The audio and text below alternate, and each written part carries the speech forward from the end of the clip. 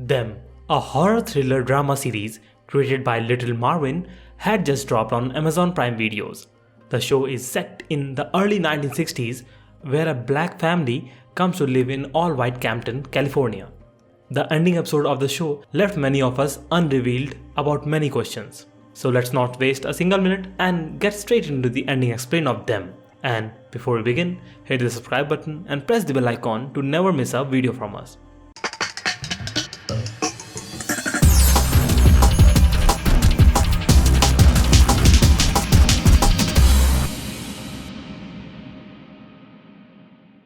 Henry and Livia, aka Lucky, with their two daughters Ruby Lee and Gracie Jean, moved from Chatham, North Carolina to a white city, Campton, California. During that time, black families were drawn to California as they were promised to be given industrialized jobs. The story covers the 10 days they lived in the neighborhood and how the white discriminated against them and created troubles so that they leave California. Betty lives in front of the family and she is not at all happy with them moving in here. She is the protagonist of the story and she wants them to be out of their neighborhood. Gracie Jean finds a basement in the house which has many secrets in the story. The event took a turn when it's shown that Lucky and Henry also had a baby boy who died in the past. Gracie from the starting of the story is seen reading a book named Mrs. Vera Said, and she starts imagining that, and once she sang a black song in front of her mother and told Mrs. Vera taught her that was the same song an old lady sung when Chester, their small brother, died. Sergeant, their dog, died in an incident that happened with Gracie related to Mrs. Vera. Only she can see her. Henry has their past soldier life and there he has tortured by white and kept in a room full of mustard gas just for testing. Nothing is going good for the family and something supernatural is taking place too. The ending episode starts with Betty coming out from the basement. George, who was a milkman, kept her in the basement as they were lovers.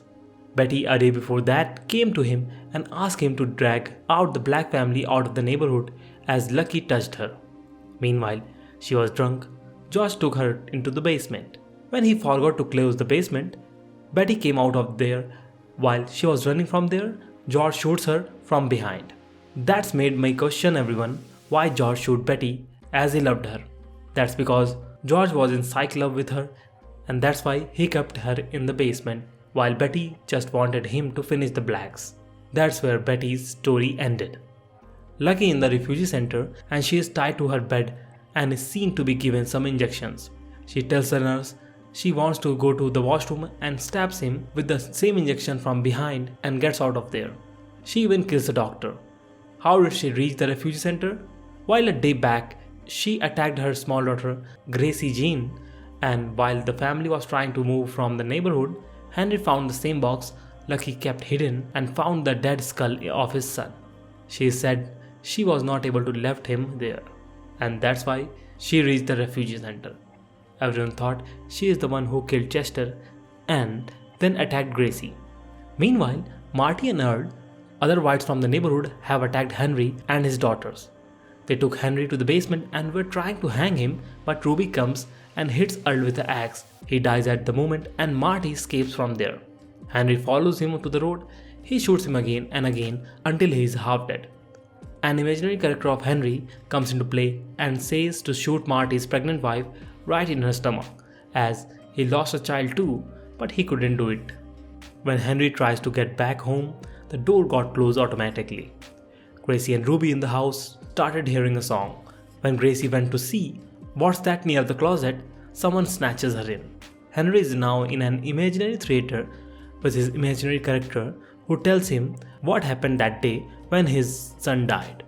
That day, Henry left an hour ago with his daughter for the movie. Lucky and Chester were alone at home. The old woman came and sang the same song Gracie sung and tells he wants that baby. There were two people, both were whites. The man killed the baby and Lucky was raped by the white man.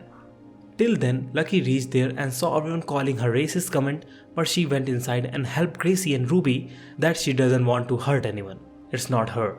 Ruby is seen confronting Doris, her only friend, who told her she is just like her mother and was trying to kill her in her imagination. But Lucky reaches the point and explains everything. The question that struck everyone was, who is that person? Who is Mrs. Vera and who is Doris? The answer to all these questions is Epps. Epps is everyone. He was doing everything. In history, Epps was a priest and he was the one who can only talk to the god. His family died, and soon after he found a boy in the forest and kept him and named him Miles. A black couple, Martha Brampton, reached their community when their wagon broke. Epps assured him they could stay there until the wagon is fixed. That was the time when the war between black and white started. But events took a turn when Martha gave Epps a cross that he lost. Epps realizes that they were beasts and punished them when they were trying to escape from jail. He made both of them blind, and he said, as the Bible says, everything should be burned. His community burned, and also the black couples. When he and Miles reached the basement, Miles told he is the god and kills him. From there, Epps wanted to destroy every black out there. He was Mr. Wiles and Doris, and the one who had been lucky when she tried to attack Gracie. In the end, before the family confronted everyone, Lucky went to the basement and she came in face to face with Epps. Epps told him that they all should die and they will continue to follow them wherever they will go. And suddenly Chester appears.